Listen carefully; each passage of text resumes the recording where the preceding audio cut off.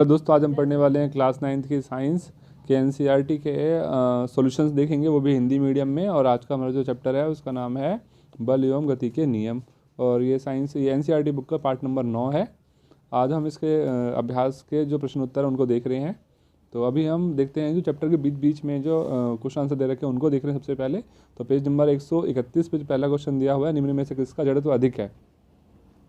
तो पहला क्वेश्चन है, एक रबड़ की गेंद एवं उसके आकार का पत्थर, मतलब एक बॉल है और एक पत्थर है, दोनों का साइज़ तो सेम है, ठीक है, पर ये पूछा गया बताइए किसका जड़त्व अधिक होगा। तो सिंपल सी बात एक आप दिमाग में ये रखिए कि जड़त्व का मतलब ये होगा कि कोई चीज़ जितनी भारी होगी ना उसको हिलाने के लिए उतना ज़्यादा अधिक बल चाहिए होता है। इसको हम विज्ञान की भाषा में जड़त्व कहते हैं। तो गेंद और पत्थर को देखें तो दोनों का शेप साइज अगर सेम है, आकार दोनों का बराबर है, तो पत्थर तो क्या उसका वजन ज़्यादा होगा, इसलिए पत्थर को हिलाने के लिए ज़्यादा बल चाहिए, इसलिए पत्थर का जो जड़त्व है वो भी अधिक होगा।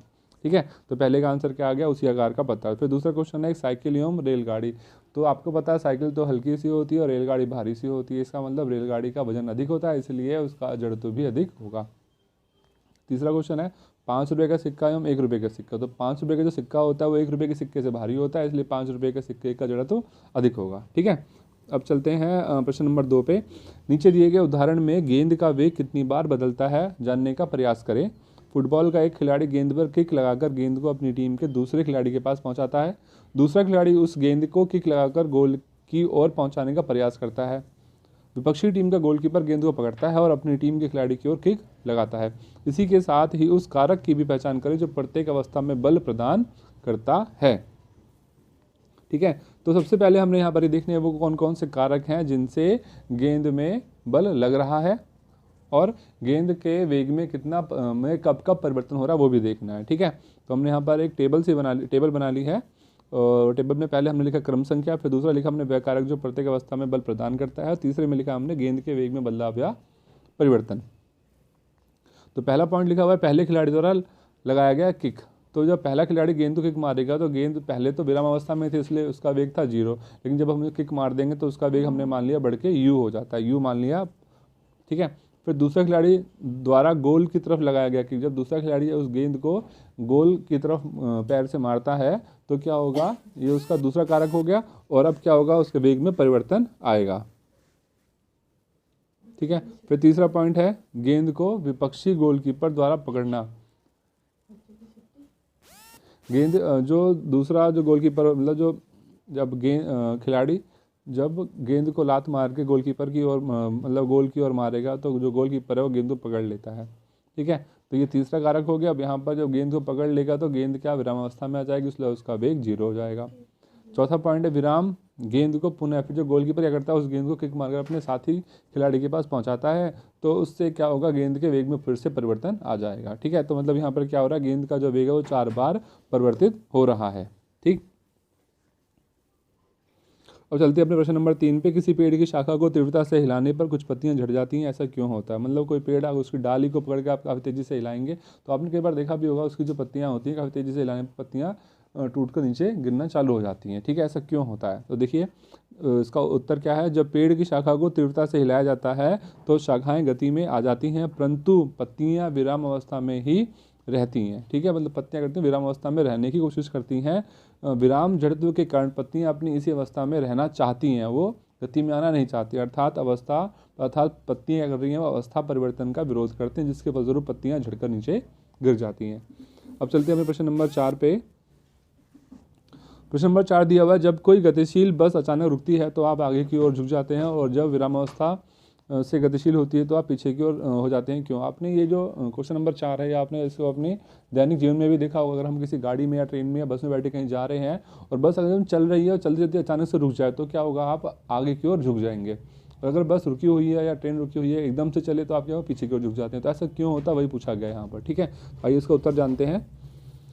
तो प्रथम स्थिति में क्या है, जब बस अचानक से रुकती है, मतलब बस पहले से चल रही है और जब बस अचानक से रुकती है तो क्या होता है, आप आगे की ओर झुक जाते हैं। तो ऐसा क्यों होता है वो समझते हैं। जब गतिशील बस अचानक रुकती है, इस स्थिति में हमारा शरीर भी गतिशील रहता है और हमारे शरीर का निचला भाग जो होता है वो तो बस के साथ साथ गतिशील रहता है। ठीक है, जब बस चल रही है, लेकिन जब बस जैसे ही रुकती है तो क्या होता है, हमारा जो शरीर का नीचे वाला हिस्सा जो कमर से नीचे का हिस्सा है वो तो बस के साथ साथ विराम अवस्था में आ जाता है, लेकिन हमारे शरीर का जो ऊपरी भाग है, जो कमर से ऊपर का भाग है, वो गति अवस्था में रहने की कोशिश करता है। इसीलिए क्या होता है, जब हम होता है बस में सवार व्यक्ति आगे की ओर झुक जाते हैं, मतलब उसे आगे की ओर झुकाव थोड़ा सा महसूस होता है जब अचानक से बस रोकी जाती है।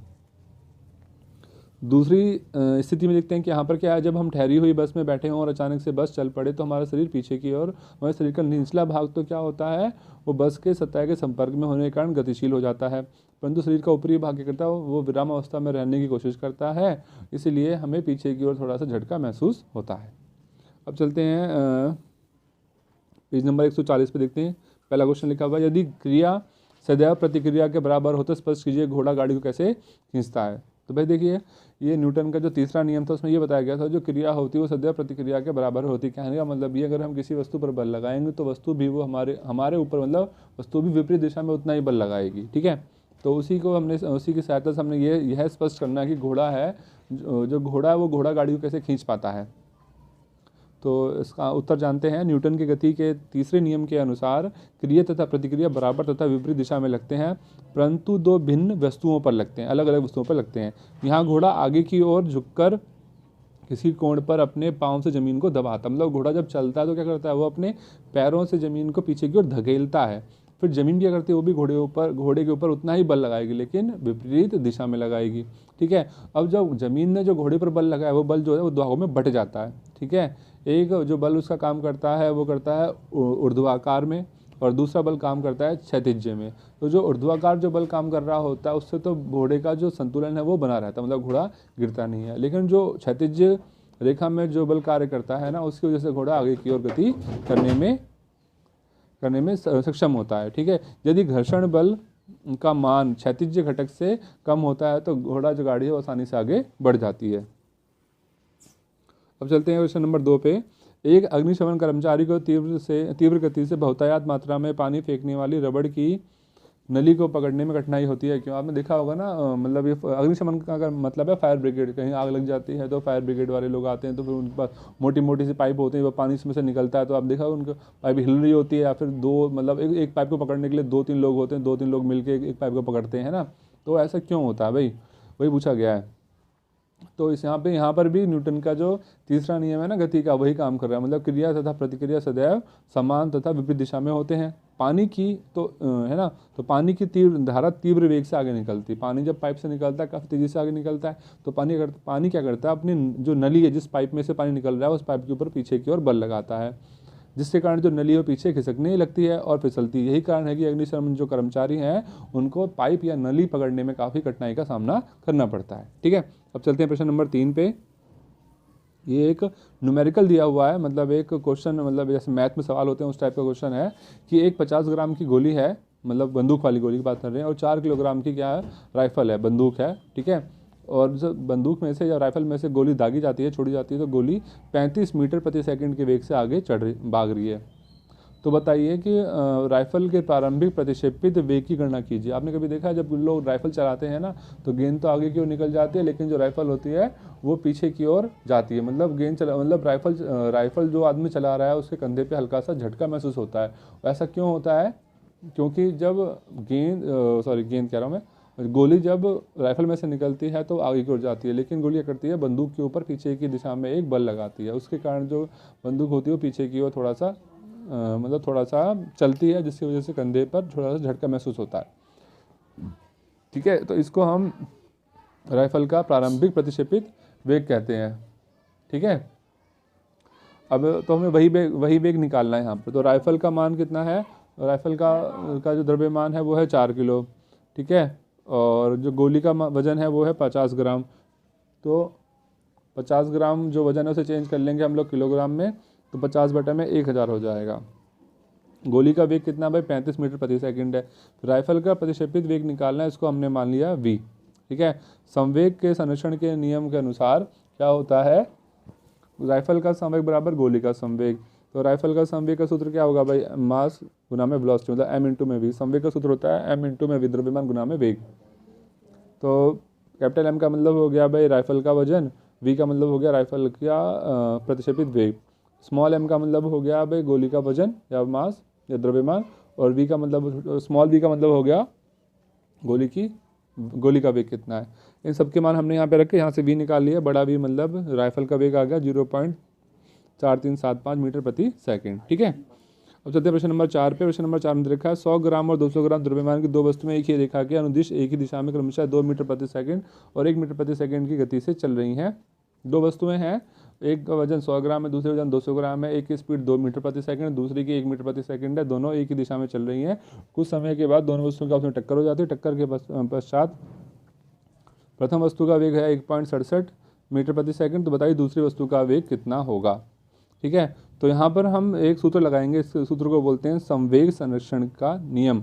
ठीक है, ये होता है m1 u1 plus m2 u2 बराबर में m1 v1 plus m2 v2। सबसे पहले निकालेंगे m1 मतलब जो पहली वस्तु का वजन 100 ग्राम, तो 100 ग्राम को बदलेंगे किलोग्राम में, 1000 से भाग कर देंगे, जाएगा 0.1 किलोग्राम। फिर m2 निकालेंगे, इधर रखा 200 ग्राम, इसको भी ग्राम को किलोग्राम में बदलेंगे तो 0.2 किलोग्राम हो जाएगा। फिर निकालेंगे u1 दे रखा है 2 मीटर प्रति सेकंड, u2 दे रखा है 1 मीटर प्रति सेकंड। टक्कर के बाद जो पहली वस्तु उसका वेग हो जाता है 1.67, v2 हमने निकालना है दूसरी वस्तु कितना वेग होगा। ठीक है, तो यहाँ सूत्र लगा देंगे, हम ये लिखा हुआ है ना m1 u1 plus m2 u2 बराबर में m1 v1 plus m2 u2, इसी सूत्र की बात कर रहा था मैं। ठीक है, अब यहाँ पर m1 का मान रख देंगे 100, सॉरी m1 का मान रख देंगे 0.1, u1 रख देंगे 2, m2 का मान 0.2, u2 का मान रख दिया 1, फिर m1 रख दिया हमने 0.1, v1 रख दिया 1.67 प्लस 0.2 m2 का मान, और यहाँ पे 0.2 के बाद जो प्लस लग रहा है यहाँ पे प्लस नहीं आएगा, यहाँ पे आएगा गुना का साइन आएगा। ठीक है, इंटू में v2, यहाँ से हल कर लेंगे तो v2 का मान निकल के आ जाएगा 1.165 मीटर प्रति सेकंड। ठीक है, अभी तो हमने ये वो वाले क्वेश्चन कर लिए जो चैप्टर के बीच में दे रखे थे, पार्ट के बीच। अब हम करते हैं जो पार्ट के आखिरी में जो अभ्यास के जो प्रश्न उत्तर दे रखे हैं उनको करते हैं स्टार्ट करना। ठीक है, तो पहला क्वेश्चन है, कोई वस्तु शून्य बाह्य असंतुलित बल अनुभव करती है, क्या किसी भी वस्तु के लिए अशून्य वेग से गति करना संभव है? यदि हाँ तो वस्तु के वेग के परिमाण एवं दिशा पर लगने वाली शर्तों का उल्लेख करें, यदि नहीं तो कारण स्पष्ट करें। ठीक है, तो इसका उत्तर है भाई, किसी वस्तु के लिए अशून्य वेग से गति करना संभव है, ऐसा निम्नलिखित शर्तों में या कंडीशंस में पॉसिबल हो सकता है, संभव हो सकता है। तो पहला आंसर है जब वस्तु एक सीधी सरल रेखा में एक समान चाल से चल रही हो। ठीक है, दूसरा आंसर है इसका, दूसरा ऑप्शन है, मतलब दूसरी शर्त है जब चाल के परिमाण में कोई परिवर्तन ना हो, मतलब चाल जो है किसी वस्तु की कम ज़्यादा ना हो रही, एक समान चाल हो। ठीक है, तीसरा है जब गति की दिशा में कोई परिवर्तन ना हो। तो चौथा है वायु का प्रतिरोध अवश्य ही शून्य होना चाहिए। पांचवा है जब वस्तु की सतह तथा जमीन के बीच जो घर्षण बल काम कर रहा है वो बहुत ही कम हो, या फिर कहने का मतलब वो शून्य हो। ठीक है, अब चलते हैं प्रश्न नंबर 2 पे।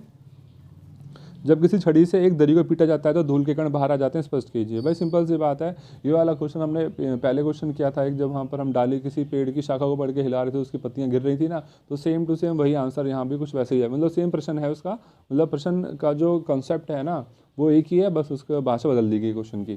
ठीक है, तो इसका आंसर देख लेते हैं क्या है। प्रारंभ में दरी तथा धूल के कण विरामावस्था में होते हैं भाई। ठीक है, लेकिन जब उन्हें किसी छड़ी से पीटा जाता है तो दरी में क्या कंपन होता है, दरी जो कहती है वो गति अवस्था में जाती है, लेकिन धूल के कण जो है वो विराम अवस्था में ही रहना चाहते हैं, अतः विराम जड़त्व के कारण धूल के कण अपनी अवस्था को बनाए रखना चाहते हैं, जबकि दरी गति में आ जाती है, जिससे परिणाम स्वरूप धूल कण बाहर निकल जाते हैं। ठीक है, अब चलते हैं प्रश्न नंबर 3 पे। बस की छत पर रखे सामान को रस्सी से क्यों बांधा जाता है? बस की छत पर रखे सामान को रस्सी से इसलिए बांधा जाता है ताकि अचानक ब्रेक लगने पर तथा बस के अचानक चलने की स्थिति में सामान पीछे की ओर या नीचे की ओर, आगे की ओर कहीं गिरे ना। बस के मुड़ने की स्थिति में भी सामान किनारे की ओर गिर सकता है, इसलिए ऐसा इसलिए होता है क्योंकि बस की गति में परिवर्तन होने की स्थिति में सामान जड़त्व के नियम के कारण अवस्था परिवर्तन का विरोध करता है। जैसे ब्रेक लगने पर बस रुकती है परंतु सामान गति में ही रहना चाहता है, जिसके कारण आगे सामान जो है आगे मतलब खिसक कर आगे जा सकता है। इसी प्रकार बस के अचानक खुलने पर बस गति में आ जाती है, परंतु समान विराम जड़त्व में ही रहना चाहता है और पीछे खिसक कर गिर जाता है। चलते हैं प्रश्न नंबर 4 पे। किसी बल्लेबाज द्वारा क्रिकेट की गेंद को मारने पर गेंद जमीन पर लुढ़कती है और कुछ दूरी चलने के पश्चात गेंद रुक जाती है। गेंद रुकने के लिए धीमी होती है क्योंकि बल्लेबाज ने पहला ये बताना है कि मतलब कोई बल्लेबाज कोई बैटिंग कर रहा है, उसने गेंद को मारा और गेंद मारने के बाद क्या कुछ समय के बाद आगे जाके रुक जाती है। तो ऐसा क्यों होता है, गेंद की आगे जाने के बाद रुक जाती है, वही बताना है इसमें, है ना। तो इसका आंसर है भाई, इसका आंसर है सी, कि गेंद पर गति की दिशा के विपरीत एक बल कार्य करता है जो गेंद को आगे जाने से रोकता है और उसकी वजह से गेंद जो है वो रुक जाती है।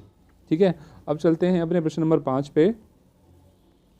एक ट्रक विराम अवस्था से किसी पहाड़ी से नीचे की ओर नियत त्वरण से लुढ़कना शुरू करता है। यह 20 सेकंड में 400 मीटर की दूरी तय करता है। इसका त्वरण ज्ञात करें। अगर इस ट्रक का जो द्रव्यमान है 7 टन है तो इस पर लगने वाले बल की भी गणना करें। अच्छा, 1 टन का मान दे रखा है 1000 किलो। यहाँ पे बोल रखा है एक ट्रक है वो किसी पहाड़ी पर रखा हुआ है, पहाड़ी पर खड़ा है, विराम अवस्था मतलब चल नहीं रहा है। ऐसे जब कोई वस्तु चल नहीं रही है उसका तो प्रारंभिक वेग होगा 0। ठीक है, और उसको 20 सेकंड में 400 मीटर दूरी तय करता है। इसका वजन दे रखा है 7 टन। तो बताइए इसमें कितना बल लगेगा। तो पहले हमने निकालना है इसमें त्वरण कितना काम करेगा। त्वरण का सूत्र हो गया भाई, पहले त्वरण निकालेंगे तो प्रारंभिक वेग हो गया 0, क्योंकि भाई ट्रक विरामावस्था में था इसलिए उस पर कोई भी इसमें कोई भी वेग नहीं है। फिर तय की गई दूरी मतलब एस का मान हो गया 400, समय दे दिया 20 सेकंड। अब यहाँ से त्वरण निकालना था हमें, तो हमने यहाँ पे गति का जो दूसरा समीकरण है वो लगा लिया। ये होता है इस बराबर में ut प्लस हाफ AT², मतलब 1/2 को हाफ बोलते थे। तो एस का मान रखा हमने 400, यू का मान रखा 0, टी का मान रखा 20 जमा 1/2, ए का एक ही जगह पर ए आएगा और टी का मान रखा 20। 20 का वर्ग कर लें, 400 यहाँ से जाएगा 0, 20 को 0 से गुना करेंगे 0 आ जाएगा 1/2 ए। 20 का वर्ग करेंगे 400 आ जाएगा, यहाँ से ए का मान निकालेंगे 400/200 आ जाएगा, ए का मान आ गया 2 मीटर प्रति सेकंड वर्ग। ये आ गया त्वरण कितना होगा ट्रक के अंदर। अब हमने ये निकाला ट्रक पर कितना बल कार्य कर रहा है। तो बल का सूत्र क्या होता है भाई, होता है F बराबर में मास गुना में एक्सेलरेशन या फिर द्रव्यमान गुना में त्वरण। तो द्रव्यमान, अच्छा मास का और ट्रक का द्रव्यमान कितना दे रखा है, उसने बोला 60 टन है और 1 टन का मतलब 1000 किलो, 60 टन का मतलब हो गया 7000 किलो। तो द्रव्यमान को हमने उसके जो त्वरण है उससे गुना कर लिया। 7000 को 2 से गुना करेंगे जाएगा 14000 न्यूटन। अतः ट्रक पर जो लगने वाला बल कितना है वो 14000 न्यूटन है। चलते हैं प्रश्न नंबर 6 पर। प्रश्न नंबर 6, 1 किलोग्राम द्रव्यमान के एक पत्थर को 20 मीटर प्रति सेकंड के वेग से झील की जमी हुई सतह पर फेंका जाता है। पत्थर 50 मीटर की दूरी तय करने के बाद रुक जाता है। पत्थर और बर्फ के बीच लगने वाले घर्षण बल की गणना करें। तो पत्थर का वजन हो गया m मतलब 1 किलोग्राम, u मतलब जिस गति से हमने उसको फेंका, इसको बोलते हैं प्रारंभिक वेग। प्रारंभिक वेग का जो चिन्ह होता है वो होता है u, तो u आ गया 20 मीटर प्रति सेकंड। दूरी कितनी तय करी उसने 50 मीटर, तो s मतलब होता है दूरी 50 मीटर। उसने बोला पत्थर कुछ दूरी तय करने के बाद रुक जाता है, मतलब उसका जो अंतिम वेग वो 0। यहाँ पर हमने लगाया गति का तीसरा समीकरण, ये होता है v² माइनस u से बराबर में 2as। v तो हो गया 0, u कितना आपके पास, u है 20 का वर्ग माइनस बराबर में 2a, s कितना 50। तो यहाँ से हल करेंगे तो a बराबर आ जाएगा -400/100, तो a आ गया -4 मीटर प्रति सेकंड वर्ग। यहाँ से अब हमें निकालना क्या है, निकालना बर्फ़ और जो पत्थर है उसके बीच में कितना घर्षण बल कार्य कर रहा है। तो बल निकालने का सूत्र क्या है, मास गुना में एक्सेलरेशन, द्रव्यमान गुना में त्वरण। तो द्रव्यमान दे रखा था 1 किलोग्राम, त्वरण आया -4, 1 को -4 से गुना करेंगे आ जाएगा -4 न्यूटन। चलते प्रश्न नंबर 7 पे। एक 8000 किलोग्राम द्रव्यमान का रेल इंजन प्रति 2000 किलो द्रव्यमान वाले 5 डिब्बों को सीधी पटरी पर खींचता, मतलब एक इंजन दे रखा है उसका वजन है 800 किलोग्राम का और उसके पीछे 5 डब्बे बंधे हुए हैं और हर एक डब्बे का वजन है 2000 किलो। यदि इंजन 40,000 न्यूटन का बल आरोपित करता है तथा पटरी 5000 न्यूटन का घर्षण बल लगाती है तो ज्ञात करें नेट त्वरण बल क्या होगा। ठीक है, इसमें 3 क्वेश्चन है। पहले नेट त्वरण बल निकालना है, फिर रेल का त्वरण निकालना है, फिर डिब्बे 1 द्वारा डिब्बे 2 पर लगाया गया बल निकालना है। सबसे पहले निकालेंगे नेट त्वरण बल। तो इसको कैसे निकालेंगे भाई, तो इंजन द्वारा आरोपित बल माइनस में घर्षण बल। तो इंजन द्वारा बल कितना लगाया जा रहा है 40,000 और घर्षण बल कितना लग रहा है 5,000। तो 40,000 में से 5,000 हटा देंगे आ जाएगा 35,000 न्यूटन। मतलब जो त्वरण बल मतलब इंजन जो कुल बल लगा रहा है वो कितना काम कर रहा है 35,000 न्यूटन काम कर रहा है। अब रेल का त्वरण निकालना मतलब ए निकालना, बल काम कितना कर रहा है भाई 35,000 न्यूटन। ठीक है, और 5 डिब्बे का वजन देखो कितना, एक डिब्बे का वजन है 2000, तो 5 डिब्बे वजन हो गए 10,000। तो बल निकालने का सूत्र क्या है, बल निकालने का सूत्र क्या है, मास गुना में एक्सेलरेशन, द्रव्यमान गुना में त्वरण। तो द्रव्यमान कितना हो गया आपके पास 10,000 हो गया, त्वरण हमें निकालना है और बल हो गया 35,000। तो 35,000 बराबर में 10,000 गुना में ए, यहाँ से ए का मान निकाल लिया जाएगा 3.5 मीटर प्रति सेकंड वर्ग। फिर निकालते हैं सी में बोल रखा है डिब्बे 1 द्वारा डिब्बे 2 पर लगाया गया बल। तो भाई डिब्बा जो 1 है उसके बाद उसके पीछे कितने डिब्बे बचे, 4 डिब्बे बच गए। तो पहले हम यहाँ पे देखेंगे पीछे जो 4 डिब्बे उनका वजन कितना है। पीछे एक डिब्बे का वजन है 2000 किलो, तो 4 डिब्बे का हो गया 8000 किलो। ठीक है, तो ए का मान कितना 3.5 है, तो हमने बल निकाला, तो बल का सूत्र हो गया मास गुना में एक्सेलरेशन, द्रव्यमान गुना में त्वरण। तो द्रव्यमान कितना 8000 और त्वरण कितना 3.5, 8000 को 3.5 से गुना कर देंगे, यह आ जाएगा 28,000 न्यूटन। ठीक है, और चलते हैं प्रश्न नंबर 8 पे। प्रश्न नंबर 8 दिया हुआ है एक गाड़ी का द्रव्यमान 1500 किलो है, यदि गाड़ी को 1.7 मीटर प्रति सेकंड वर्ग के ऋणात्मक त्वरण के साथ विराम अवस्था में लाना है, तो गाड़ी तथा सड़क के बीच लगने वाला बल कितना होगा। मतलब गाड़ी है, उसका वजन 1500 किलो है, उसके अंदर 1.7 मीटर प्रति सेकंड वर्ग त्वरण हो रहा है, ऋणात्मक त्वरण हो रहा है, मतलब उसके अंदर ब्रेक लगाई जा रही है, ब्रेक लगने पर जो त्वरण होता है उसे हम माइनस में लेते हैं। ठीक है, तो उसने पूछा है बताइए गाड़ी और सड़क के बीच लगने वाला बल कितना होगा। तो गाड़ी का द्रव्यमान हो गया भाई, मतलब वजन m बराबर हो गया 1500, त्वरण कितना काम कर रहा है 1.7, लेकिन ये माइनस में लेंगे क्योंकि ये ऋणात्मक है। ठीक है, क्योंकि उसको रोकने के काम कर रहा है, गाड़ी को रोकने का काम कर रहा है ये। तो हमें बल निकालना है, तो बल का सूत्र क्या होगा भाई, द्रव्यमान गुना में त्वरण। द्रव्यमान कितना है 1500 और त्वरण है आपके पास माइनस 1.7, गुना कर देंगे आ जाएगा माइनस का 2550 न्यूटन। प्रश्न नंबर 9 पे चलते हैं। किसी m द्रव्यमान की वस्तु जिसका वेग v है, क्या संवेग होगा।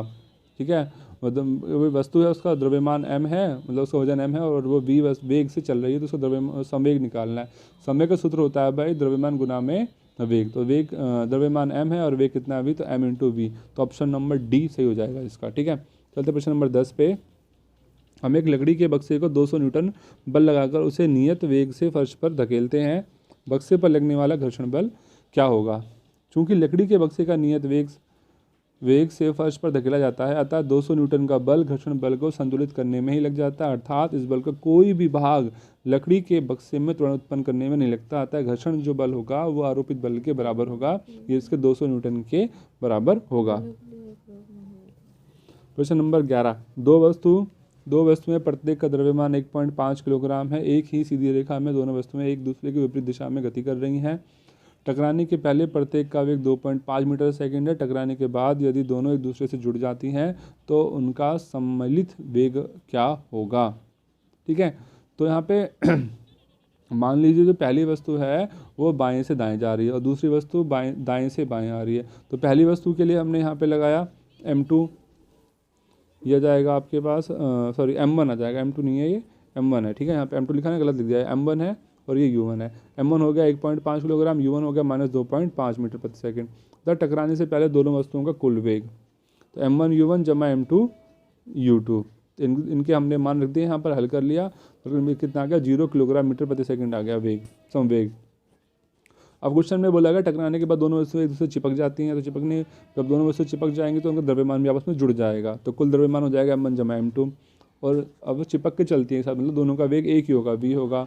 ठीक है, तो ये m1 इंटू, तो अतः संवेग के संरक्षण के नियम अनुसार लगाएंगे, तो 0 बराबर रखेंगे m1 प्लस m2 इंटू में v।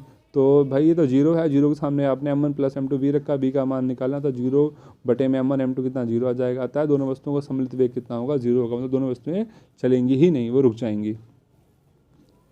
क्वेश्चन नंबर 12 देखते हैं। गति के तृतीय नियम के अनुसार जब हम किसी वस्तु को धक्का देते हैं तो वस्तु उतने ही बल के साथ हमें भी विपरीत दिशा में धक्का देती है।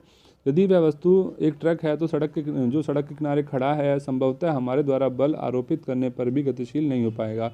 एक विद्यार्थी इसे ही सही साबित करते हुए कहता है कि दोनों बल विपरीत एवं बराबर हैं जो एक दूसरे को निरस्त कर देते हैं। इस तर्क पर अपने विचार दें और बताएं कि ट्रक गतिशील क्यों नहीं हो पाता। तो इसका उत्तर जान लेते हैं। देखिए, प्रश्न अनुसार जो प्रश्न में कहा गया है कि एक विद्यार्थी है एक द्वारा यह साबित किया गया कि दोनों बल विपरीतियों बराबर हैं जो कि एक दूसरे को निरस्त कर देते हैं। बिल्कुल गलत है, क्योंकि दोनों बल दो भिन्न वस्तुओं पर आरोपित होते हैं, इसलिए एक दूसरे को निरस्त करने का प्रश्न ही नहीं उठता है यहाँ पर। वास्तव में ट्रक का जो द्रव्यमान है वो अत्यधिक होने के कारण इसका जो जड़त्व है बहुत अधिक है, तथा हमारे द्वारा जो आरोपित बल का मान कम होने के कारण जो हमारा बल है फिर वो इस ट्रक को विराम अवस्था से गति अवस्था में लाने के लिए सक्षम नहीं है। ठीक है, अतः ट्रक को गतिशील करने के लिए अत्यधिक असंतुलित बल की आवश्यकता होती है। ठीक है, चलते प्रश्न नंबर 13 पे। क्वेश्चन नंबर 13 है 200 ग्राम द्रव्यमान की एक हॉकी की गेंद 10 मीटर प्रति सेकंड की वेग से सीधी रेखा में चलती हुई 5 किलोग्राम द्रव्यमान के गुटके से संगठित करती है तथा उससे जुड़ जाती है, मतलब उसे टकराती है, उससे जुड़ जाती है। उसके बाद दोनों एक साथ उसी रेखा में गति करते हैं। संघट्ट के पहले तथा संघट्ट के बाद कुल संवेगों की गणना करनी है। दोनों वस्तुओं की जुड़ी हुई अवस्थाओं में वेग की गणना करें। ठीक है, तो हॉकी की गेंद का द्रव्यमान मतलब वजन दे रखा है 200 ग्राम, तो m1 मान लिया हमने 200 ग्राम, इसको बदलेंगे किलोग्राम में तो जाएगा 0.2, 200 को भाग कर देंगे 1000 से 0.2 किलोग्राम हो जाएगा। ठीक है, फिर लकड़ी के गुटके का जो द्रव्यमान है m2 मान लिया। हॉकी की गेंद का प्रारंभिक वेग हो गया 10 और बाद में और लकड़ी के गुटके का प्रारंभिक वेग हो गया u2 बराबर 0। जुड़ी हुई अवस्था में हॉकी की गेंद जुड़ी हुई अवस्था में हॉकी की गेंद तथा लकड़ी के गुटके का वेग v के बराबर -5। अब गेंद का संघटक के पहले का संवेग मतलब गेंद टकराने से पहले कितना वेग था, संवेग था, तो P1 मान लिया m1 प्लस m2 u2, यहाँ पे मान रखे हमने आगे 2 किलोग्राम मीटर प्रति सेकंड। फिर टकराने के बाद का संवेग, तो P दोनों टुकड़े जुड़ जाएंगे तो दोनों का वजन भी आपस में जुड़ जाएगा, तो आ जाएगा m1 प्लस m2 और दोनों एक ही गति से चल रहे हैं आगे, तो v आ जाएगा उसका वेग मान लिया। या इसको हल करेंगे आ जाएगा 5.2। ये दोनों आपस में क्या होंगे, बराबर होंगे, क्योंकि संवेग का संरक्षण का नियम ये कहता है कि पहले का संवेग और बाद का जो संवेग होगा दोनों वस्तुओं का वो आपस में बराबर होना चाहिए। तो 5.2 v को हम 2 किलोग्राम बराबर रखेंगे, यहाँ से v का मान निकालेंगे, जाएगा 2/5.2, इसको बदल लेंगे हम मीटर प्रति सेकंड में, मतलब इसे आगे काटेंगे तो आ जाएगा 5/13 मीटर प्रति सेकंड। ठीक है, अब चलते हैं प्रश्न नंबर 14 पे। प्रश्न नंबर 14 दिया हुआ है 10 ग्राम द्रव्यमान की एक गोली सीधी रेखा में 150 मीटर प्रति सेकंड के वेग से चलकर एक लकड़ी के गुटके से टकराती है और 0.03 सेकंड के बाद रुक जाती है। गोली जो है वो रुक जाती है, गोली लकड़ी को कितनी दूरी तक भेदेगी, मतलब जो गोली है उस लकड़ी के अंदर कितनी अंदर गहराई तक घुस जाती है वो हमें बताना है, और लकड़ी के गुटके द्वारा गोली पर लगाए गए बल के परिमाण की गणना करनी है हमने यहाँ पर। सबसे पहले हमने यहाँ निकाला गोली का द्रव्यमान मतलब गोली कितनी भारी है, तो गोली का वजन दे रखा था 10 ग्राम, तो इसको हमने बदलेंगे पहले किलोग्राम में, तो 10 ग्राम को किलोग्राम में बदलने के लिए हमने उसको 1000 से भाग कर दिया, जाएगा 0.01 किलोग्राम। ठीक है, फिर निकालेंगे गोली का प्रारंभिक वेग, तो ये कितना दे रखा था u 150 मीटर प्रति सेकंड, टाइम दे रखा 0.03 सेकंड, अंतिम वेग कितना हो जाएगा v। ठीक है, इतना होगा 0 मीटर प्रति सेकंड। तो यहाँ से हम पहले माफ़ कीजिएगा, v बराबर में आ गया u प्लस 80, तो v का मान रखेंगे 0, u का मान रखेंगे हम 150, a का मान रखेंगे a, t का मान रखेंगे 0.03। यहाँ से हल करके हम a का मान निकालेंगे, यह आ जाएगा -150/0.03, इसको हल करेंगे तो आ जाएगा माइनस का 5000 मीटर प्रति सेकंड वर्ग। अब गोली के द्वारा लकड़ी को भेदने में तय की गई दूरी निकाल, मतलब जो लकड़ी है मतलब उसके अंदर गोली कितनी गहराई तक अंदर घुस जाती है वो हमने दूरी निकालनी है। तो यहाँ लगाएंगे गति का जो समीकरण है उसको तीसरा समीकरण लगाएंगे, ये होता है ना v² - u² बराबर 2s, वो लगा देंगे यहाँ पर। ठीक है, तो v कितना हो गया भाई, गोली तो लकड़ी के अंदर घुसने के बाद रुक जाएगी, तो v का मान रख लिया हमने 0, u का मान दे रखा है 150, रख दिया हमने 2 बराबर में 2, a का मान आ गया -5000 गुना में s, इसको हल करेंगे, यहाँ से s निकल जाएगा 2.25 मतलब 2.25 मीटर, मतलब जो गोली है उस लकड़ी के टुकड़े में 2.25 मीटर तक अंदर गहराई तक घुस जाएगी।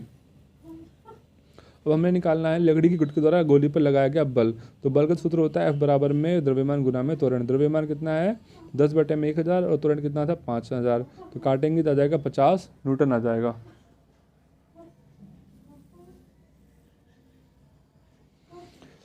एक वस्तु जिसका द्रव्यमान 1 किलोग्राम है 10 मीटर प्रति सेकंड के वेग से एक सीधी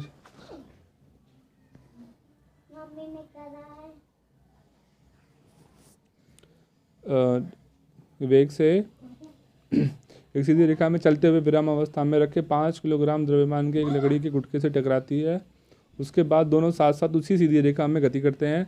संघट्ट के पहले तथा बाद में कुल संवेगों की गणना करें तथा आपस में जुड़े हुए संयोजन के वेग की भी गणना करें। ठीक है, तो यहाँ पर m1 का मान हो गया 1 किलोग्राम, m1 दे रखा है आपके पास, u1 हो गया 10 मीटर प्रति सेकंड, u2 हो गया भाई 0, और लकड़ी के गुटके का द्रव्यमान दे रखा है भाई m2 5 किलोग्राम। मान लीजिए कि माना कि संयोजित अवस्था में वेग कितना है v है, मतलब जो दोनों वस्तुएं आपस में जुड़ जाती हैं तो उनका संवेग कितना हो जाता है v बन जाता है। तो यहाँ पर मैं P1 और P2 मान लिया क्या है, P1 होगा टकराने के पहले का संवेग, P2 होगा टकराने के बाद का संवेग। तो पहले P1 निकालेंगे, m1 u1 plus m2 u2, m1 का मान रखेंगे u1 का मान रखेंगे m2 u2, ये हल करके आ जाएगा 10 किलोग्राम मीटर प्रति सेकंड। अतः यहाँ पे हमने पहले ही बोल दिया था P1 क्या P2 के बराबर होगा, मतलब पहले का टकराने के पहले का संवेग टकराने के बाद का संवेग बराबर है। ठीक है, तो ये भी P2 भी कितना आ गया 10 किलोग्राम आ गया। अब पूछा क्या है हमने, ये निकालना है कि वस्तु का संवेग कितना होगा टकराने के बाद का। तो इन दोनों के टकराने के पहले का संवेग रखेंगे, इसको टकराने के बाद के संवेग के बराबर। तो M1U1 बराबर आ जाएगा M1 प्लस M2 बराबर में इंटू में V। तो M1U1 जो आपके पास दे रखा है, ये दे रखा है कितना 10 किलोग्राम मीटर प्रति सेकंड, और M1 प्लस M2, M1 का मान रखा है 1, M2 का मान रखा 5, यहाँ से V का मान निकालेंगे 10/6 आ जाएगा। तो 10 को 6 से भाग करेंगे जाएगा 1.67 मीटर प्रति सेकंड। ठीक है, इसके बाद देखते हैं प्रश्न नंबर 16। प्रश्न नंबर 16 दे रखा है, ये 100 किलो द्रव्यमान की एक वस्तु का वेग समान त्वरण से चलते हुए 6 सेकंड में 5 मीटर प्रति सेकंड से 8 मीटर प्रति सेकंड हो जाता है। वस्तु के पहले और बाद के संवेगों की गणना करें, उस बल के परिमाण की गणना करें जो उस वस्तु पर आरोपित है। M कितना हो गया भाई, मतलब एक वस्तु है उसका वजन हो गया 100 किलो, तो M हो गया 100 किलो। U दे रखा है, मतलब पहले से जो उसका प्रारंभिक वेग है वस्तु का वो 5 मीटर प्रति सेकंड है, तो U आ जाएगा 5। V आ जाएगा 8 मीटर प्रति सेकंड, टाइम दे रखा है 6 सेकंड, और पहले इसका निकालेंगे P1 और P2, तो F निकालेंगे। तो भाई प्रारंभिक संवेग का मतलब हो गया प्रारंभिक संवेग, तो मास गुना में द्रव्य, मतलब द्रव्यमान गुना में वेग। तो भाई द्रव्यमान कितना है उसका 100 है, और प्रारंभिक वेग कितना है 500 गुना में 5, ये आ गया 500 किलोग्राम मीटर प्रति सेकंड। वस्तु के बाद का संवेग, जो द्रव्यमान तो वही है, पर उसका वजन, उसके वेग कितना हो गया 8, तो बाद संवेग हो जाएगा 100 गुना में 8, 800 हो जाएगा। अब आरोपित बल का परिमाण निकालना है, तो F का सूत्र होता है, बल निकालने सूत्र होता है मास गुना में त्वरण, और द्रव्यमान गुना में त्वरण। तो द्रव्यमान तो हमें पता है लेकिन त्वरण नहीं पता, त्वरण निकालने का सूत्र लगाएंगे यहाँ पर अंतिम वेग माइनस में आरंभिक वेग बटे में T समय। ठीक है, तो M का मान रखा 100, V दे रखा आपके पास 8, U दे रखा 5, समय दे रखा था 6। इनका मान रखेंगे, इसको हल करेंगे, यह आ जाएगा 100, 8 में से 5 का 3 बटे में 6 काटेंगे, तो आ जाएगा 50 न्यूटन। ठीक है, अब चलते हैं अपने प्रश्न नंबर 17 पे। प्रश्न नंबर 17 है, अख्तर, किरण और राहुल किसी राजमार्ग पर बहुत तीव्र गति से चलती हुई कार में सवार हैं। अचानक उड़ता हुआ कोई कीड़ा गाड़ी के सामने के शीशे से आ टकराया और वह शीशे से चिपक गया। अख्तर और किरण इस स्थिति पर विवाद करते हैं। किरण का मानना है कि कीड़े के संवेग परिवर्तन का परिमाण कार के संवेग परिवर्तन के परिमाण की अपेक्षा बहुत अधिक है, क्योंकि कीड़े के वेग में परिवर्तन का मान कार के वेग में परिवर्तन के मान से बहुत अधिक है। अख्तर ने कहा कि चूंकि कार का वेग बहुत अधिक था, अतः कार ने कीड़े पर बहुत अधिक बल लगाया, जिसके कारण कीड़े की मौत हो गई। राहुल ने एक नया तर्क देते हुए कहा कि कार तथा कीड़े दोनों पर समान बल लगा, दोनों के संवेग में बराबर परिवर्तन हुआ। इन विचारों पर अपनी प्रतिक्रिया दे। तो आइए इसका उत्तर जान लेते हैं। किरण का यह मानना है कि कीड़े के संवेग परिवर्तन का परिमाण कार के संवेग परिवर्तन के परिमाण की अपेक्षा बहुत अधिक है, यह तर्क गलत है। अख्तर का तर्क भी गलत है। राहुल का तर्क सही है, दोनों पर समान बल लगेगा, क्योंकि दोनों क्रिया तथा प्रतिक्रिया समान परंतु विपरीत दिशा में क्रियाशील होते हैं। साथ ही संवेग में परिवर्तन का परिमाण भी समान ही रहता है, मतलब टक्कर के पूर्व का संवेग और टक्कर से पहले का संवेग और टक्कर के बाद का संवेग दोनों आपस में बराबर होंगे। तो ये सूत्र हमने पढ़ रखा है ना, M1U1 जब प्लस M2U2 बराबर में M1V1 प्लस M2V2 है ना, इससे बोलते हैं संवेग संरक्षण का नियम। तो दोनों वस्तुएं पर बल समान बल आरोपित होगा तथा संवेग में परिवर्तन भी समान होगा। कीड़े का द्रव्यमान अत्यधिक कम होने के कारण उसके वेग में बहुत अधिक परिवर्तन होता है, जिससे वह शीशे से चिपक जाता है। ठीक है, अब चलते हैं अपने प्रश्न नंबर 18 पे। यह है एक 10 किलोग्राम द्रव्यमान की घंटी 80 सेंटीमीटर की ऊंचाई से फर्श पर गिरी। इस अवस्था में घंटी द्वारा फर्श पर स्थानांतरित संवेग के मान की गणना करें तथा परिकलन में सरलता हेतु नीचे की ओर दिष्ट त्वरण का मान 10 मीटर प्रति सेकंड वर्ग लें। मतलब जो घंटी है वो 10 किलो की है, वो 80 सेंटीमीटर की ऊंचाई पर बंधी हुई है। घंटी जब ऊपर से नीचे की तरफ गिर रही है, तो ये हमने निकालना है कि संवेग निकालना है। ठीक है, और जो त्वरण लेना है हमने कितना लेना है, 10 मीटर प्रति सेकंड वर्ग लेना है। तो प्रारंभिक वेग कितना हो गया, 0 में घंटी टंगी हुई थी, अभी तो वो विराम अवस्था में थी। ठीक है, अंतिम वेग कितना हो गया V, मतलब कितनी वेग से घंटी जमीन पे गिरी या फर्श पर गिरी, वो निकालना है आपने। घंटी का द्रव्यमान हो गया 10 किलोग्राम, मतलब M का मान। दूरी कितनी है, 80 सेंटीमीटर की ऊंचाई पे बंधी है घंटी, तो 80 सेंटीमीटर की दूरी तय करके जमीन फर्श पे गिरेगी, तो इसलिए S का मान हमने रख लिया 80। ये सेंटीमीटर में था इसलिए उसको हमने बदला मीटर में। 80 बटे में 100 कितना आ गया, 0.8 मीटर आ गया। ठीक है, आपने इसमें जो त्वरण दे रखा है क्वेश्चन में पहले से दे रखा है कि ए का मान कितना लेना है, आपने 10 मीटर प्रति सेकंड वर्ग लेना है। अब यहाँ पे लगाएंगे गति का तीसरा समीकरण, ये होता है वी का वर्ग माइनस यू का वर्ग बराबर में 2as। वी का मान हमें निकालना है, यू का मान हमें रखा था 0, दे रखा है 0 रख दिया हमने 2, ए का मान रख दिया 10 और एस का मान रख दिया हमने कितना 80। इसको हल करेंगे तो आ जाएगा वी का वर्ग बराबर हो जाएगा 16 और 16 का वर्ग कितना होता है 4, तो वी का मान कितना का 4 मीटर प्रति सेकंड आ गया। ठीक है, ये तो आगे 4 मीटर प्रति सेकंड। अब यहाँ से निकालेंगे हम इसका संवेग। संवेग कितना आ जाएगा भाई, द्रव्यमान गुना में वेग। द्रव्यमान कितना 10, संवेग कितना वेग कितना था 4, 10 गुना में 4 आगे 40 किलोग्राम मीटर प्रति सेकंड। ठीक है, मतलब जो घंटी है वो इतने संवेग के साथ फर्श पर गिरेगी। चलते हैं प्रश्न नंबर अच्छा अब यहाँ देते हैं एनसीईआरटी के पेज नंबर 144 पे कुछ और क्वेश्चंस दे रखे हैं, उनको देख लेते हैं। क्वेश्चन नंबर 1 है, एक वस्तु की गति की अवस्था में दूरी समय सारणी निम्नवत है। ठीक है, तो मतलब इधर समय दिया हुआ है, इधर दूरी दे रखी है, तो क्या बोला गया, त्वरण के बारे में आप क्या निष्कर्ष निकाल सकते हैं, क्या यह नियत बढ़ रहा है, घट रहा है या शून्य है। दूसरा प्रश्न है, आप वस्तु पर लगने वाले बल के बारे में क्या निष्कर्ष निकाल सकते हैं। तो भाई देखिए, पहला अगर प्रश्न देखें, पहले प्रश्न में बोला गया है कि जब समय इतना दे रखा है टी, दूरी दे रखी है, समय जो दे रखा है टी, मतलब टी का मान रख लिया हमने 0, और दूरी कितनी है वो भी 0 है, तो टी का मान हमने 1 रखा, तो एस का मान कितना आ जाएगा, वो भी 1 आ जाएगा। टी का मान 2 रखेंगे तो एस का मान कितना आ जाएगा, 2 की घात 3 कितना आ जाएगा 8। इसी प्रकार अन्य सभी मानों के लिए दी गई तालिका से स्पष्ट है कि जो समय है, जो दूरी है, वो समय की घात के 3 के समानुपाती है। क्योंकि दूरी समय के घन के समानुपाती है, तथा तुरंत समय के साथ साथ एक समान रूप से बढ़ रहा है। और जो दूसरा प्रश्न था उसका उत्तर ये है, हम जानते हैं कि F बराबर जो बल का सूत्र होता है द्रव्यमान गुना में त्वरण। ठीक है, तो मतलब जो बल है वो त्वरण के क्या है, समानुपाती। मतलब जैसे जैसे त्वरण बढ़ेगा तो उसका जो बल है, वस्तु प्रकार का जो बल है वो भी बढ़ता चला जाएगा। अतः वस्तु पर आरोपित बल का मान भी समय के साथ एक समान रूप से बढ़ेगा। क्वेश्चन नंबर 2 पे चलते हैं। 1200 किलोग्राम द्रव्यमान की कार को एक समतल सड़क पर 2 व्यक्ति समान वेग से धक्का देते हैं। उसी कार को 3 व्यक्ति द्वारा धक्का देकर 0.2 मीटर प्रति सेकंड वर्ग का त्वरण उत्पन्न किया जाता है। कितने बल के साथ प्रत्येक व्यक्ति कार को धकेला पाता है। मान लें कि सभी व्यक्ति समान पेशीय बल के साथ कार को धक्का देते हैं। भाई माना कि प्रत्येक व्यक्ति जो है वो F बल लगा रहा है उस कार के ऊपर। ठीक है, जब कार को दो व्यक्ति धक्का देते हैं तो कार में त्वरण उत्पन्न नहीं होता, मतलब कार हिलती भी नहीं है। अतः F प्लस F, तो दोनों का बल जोड़ लिया हमने, दोनों व्यक्ति बल लगा रहे थे, F प्लस F कितना 2F हो गया। 2F बल घर्षण बल द्वारा संतुलित हो जाता है जो विपरीत दिशा से लगता है। ठीक है, अतः अब वह बल जो कार में त्वरण उत्पन्न कर देता है वो कितना हो जाएगा, 3F में से एक घटा देंगे, और तीनों व्यक्ति द्वारा बल लगाने पर कार में त्वरण उत्पन्न होता है। तो F प्लस F बराबर आ गया 3F। तो 3F में से 2F हम माइनस कर देंगे तो ये बचेगा 1F। तो हम निकालेंगे टोटल कितना फोर्स या बल जो है वो कार पे काम कर रहा है। तो बल का सूत्र होता है द्रव्यमान गुना में त्वरण। तो द्रव्यमान हमने रखा 1200 और त्वरण कितना है 0.2, तो 1200 को 0.2 से गुना किया, ये आ गया 240 न्यूटन।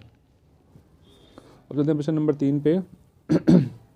प्रश्न नंबर 3 है, 500 ग्राम द्रव्यमान के हथौड़े द्वारा 50 मीटर प्रति सेकंड वेग से कील पर प्रहार किया जाता है। एक हथौड़ा है जिसका वजन है 500 ग्राम का, उस पर एक कील को हम ठोक रहे हैं हथौड़े से, और कील पर जो वेग काम करता है 50 मीटर प्रति सेकंड का वेग काम करता है। तो कील द्वारा हथौड़े को बहुत कम समय 0.01 सेकंड में ही रोक दिया जाता है। कील के द्वारा हथौड़े पर लगाए गए बल का परिकलन करना है, मतलब कील ने हथौड़े पर कितना बल लगाया। ठीक है, तो हथौड़े का द्रव्यमान मतलब वजन है 500 ग्राम, इसको बदल लिया हमने किलोग्राम में, 0.5 kg आ गया। हथौड़े का प्रारंभिक वेग है 50 मीटर प्रति सेकंड। ठीक है, अंतिम वेग कितना होगा भाई 0, क्योंकि हथौड़ा रुक जा रहा है बाद में ना। ठीक है, समय कितना 0.01 सेकंड। और त्वरण हमें निकालना, तो जी का मान हमें इसमें निकालना है। ठीक है, तो अब यहाँ लगाएंगे गति का समीकरण, v बराबर क्या होता है u प्लस AT। ठीक है, v का मान रख लिया हमने 0, u का मान 50, a का मान हमें निकालना है। समय हो गया कितना t 0.01 सेकंड। a का मान निकल के यहाँ से जाएगा -5000 मीटर प्रति सेकंड वर्ग। हम जानते हैं कि बल का सूत्र होता है मास द्रव्यमान गुना में त्वरण। द्रव्यमान हो गया आपके पास 0.5 kg, और त्वरण आया है -5000, इसको गुना करेंगे तो आ जाएगा -2500 न्यूटन। ठीक है, मतलब कील जो है वो हथौड़े पर इतना बल लगाएगी -2500 न्यूटन का। माइनस का चिन्ह यहाँ पर क्या दिखा रहा है, वो ये दिखा रहा है कि हथौड़े के विपरीत दिशा में बल कार्य कर रहा है। ठीक है, क्वेश्चन नंबर 4 पे चलते हैं। एक 1200 किलोग्राम द्रव्यमान की मोटर कार 90 किलोमीटर प्रति घंटे की वेग से एक सरल रेखा के अनुदिश चल रही है। मतलब एक कार है, मोटर कार, वो 90 किलोमीटर की स्पीड है उसकी, वो एक सीधी लाइन में चल रही है। उसका वेग बाहरी असंतुलित बल लगने के कारण 4 सेकंड में घटकर 18 किलोमीटर हो जाता है। त्वरण और संवेग में परिवर्तन का परिकलन करें। लगने वाले बल के परिमाण का भी परिकलन करें। प्रारंभिक वेग कितना है भाई, यू का मान रख लिया हमने 90 किलोमीटर प्रति घंटा। इसको प्रति घंटे में दे रखा है, इसको बदलेंगे मीटर प्रति सेकंड में। तो भाई घंटे पहले तो किलोमीटर में था, इसको बदलेंगे मीटर में। 1 किलोमीटर में 1000 मीटर होते हैं, इसलिए हमने इसको 1000 से गुना कर दिया। तो दे रखा टाइम घंटे में, तो घंटे को बदलेंगे मिनट में। 1 घंटे में 60 मिनट, तो 60 से भाग कर दिया। फिर 1 मिनट में 60 सेकंड होते हैं, इसलिए 60 को से फिर से गुना कर दिया। नीचे आ जाएगा 3600 सेकंड। तो इसे काटेंगे पीटेंगे तो आंसर आ जाएगा ये 25 मीटर प्रति सेकंड। मतलब यू आ गया 25 मीटर प्रति सेकंड। अंतिम एक दे रखा है 18 किलोमीटर प्रति घंटा, इसको भी बदलेंगे हम 18 से 1000 से ऊपर गुना करेंगे, नीचे करेंगे 3600 से गुना भाग करेंगे मतलब। तो ये आ जाएगा 5 मीटर प्रति सेकंड। अब टी दे रखा है 4 सेकंड, हमें निकालना है त्वरण। तो हमने यहाँ पर सूत्र लगाया गति के समीकरण का पहला नियम, मतलब पहला सूत्र, पहला समीकरण, v बराबर में u plus A T. v का मान रखा 5, u का मान रखा 25, ए का मान हमें निकालना है, टी का मान रखा 4 सेकंड। यहाँ से इसे हल करेंगे तो ए का मान आ जाएगा -5 मीटर प्रति सेकंड वर्ग। अब दूसरे उसमें निकालेंगे संवेग में कितना परिवर्तन हुआ। तो अंतिम संवेग माइनस प्रारंभिक संवेग, mv माइनस mu लगा दिया। mv का मतलब है अंतिम संवेग, mu का मतलब है प्रारंभिक संवेग। तो m 1200 गुना में 0 ये आ गया 5। ठीक है, और माइनस में 1200 गुना में 25, तो 6000 माइनस में 30000 आ जाएगा, माइनस का 24000 किलोग्राम मीटर प्रति सेकंड। और लगने वाले बल का परिमाण निकालना है कि बल कितना कार्य कर रहा था। तो बल का सूत्र आपको पता है, द्रव्यमान गुना में त्वरण। तो द्रव्यमान कितना है 1200, त्वरण कितना -5। तो 1200 को -5 से गुना करेंगे तो हो जाएगा -6000 न्यूटन। ठीक है, और यहाँ पर माइनस का जो साइन आया वो यह दर्शा रहा है कि बल जो है वो गति की विपरीत दिशा में लग रहा है। ठीक है, तो दोस्तों आज ये हमारा पार्ट नंबर मतलब क्लास 9 की साइंस का पार्ट नंबर 9 के अभ्यास के सारे जो प्रश्न उत्तर थे मैंने हल करवा दिए हैं। अगर आपको वीडियो अच्छी लगी है तो प्लीज़ मेरी वीडियो को लाइक कीजिए, शेयर कीजिए और मेरे चैनल को प्लीज़ सब्सक्राइब ज़रूर कीजिए। और प्लीज़ दोस्तों, मैंने काफ़ी मेहनत करके वीडियो बनाई, तो प्लीज़ लाइक तो ज़रूर कीजिएगा। और अगर आपको किसी भी टॉपिक पे, और ये तो मैंने सिर्फ अभ्यास के प्रश्न उत्तर करवाए, लेकिन अगर आपको पार्ट समझना है तो पार्ट, चाहे हिंदी मीडियम का कोई बच्चा हो उसे समझना हो, या वो हिंदी इंग्लिश मीडियम का बच्चा हो उसे समझना हो, तो प्लीज़ मुझे कमेंट जरूर नीचे मेरी वीडियो के नीचे कमेंट कर दीजिए कि सर हमें ये पार्ट समझना है, या ये पार्ट नहीं तो कोई और भी पार्ट समझना, कोई और लेसन समझना हो क्लास 9th का, 10th का, साइंस का, मैथ का, तो प्लीज़ आप मुझे कमेंट कर दीजिए। मैं उस चैप्टर की वीडियो आपको अगले 2 दिन के अंदर बना के दे दूँगा यूट्यूब पर देखने के लिए। और प्लीज़ इस मेरे चैनल को या मेरी वीडियो को ज़्यादा से ज़्यादा शेयर कीजिए अपने दोस्तों में, और मेरे चैनल को सब्सक्राइब करना ना भूलें। तो मिलते हैं फिर अपनी नेक्स्ट वीडियो में।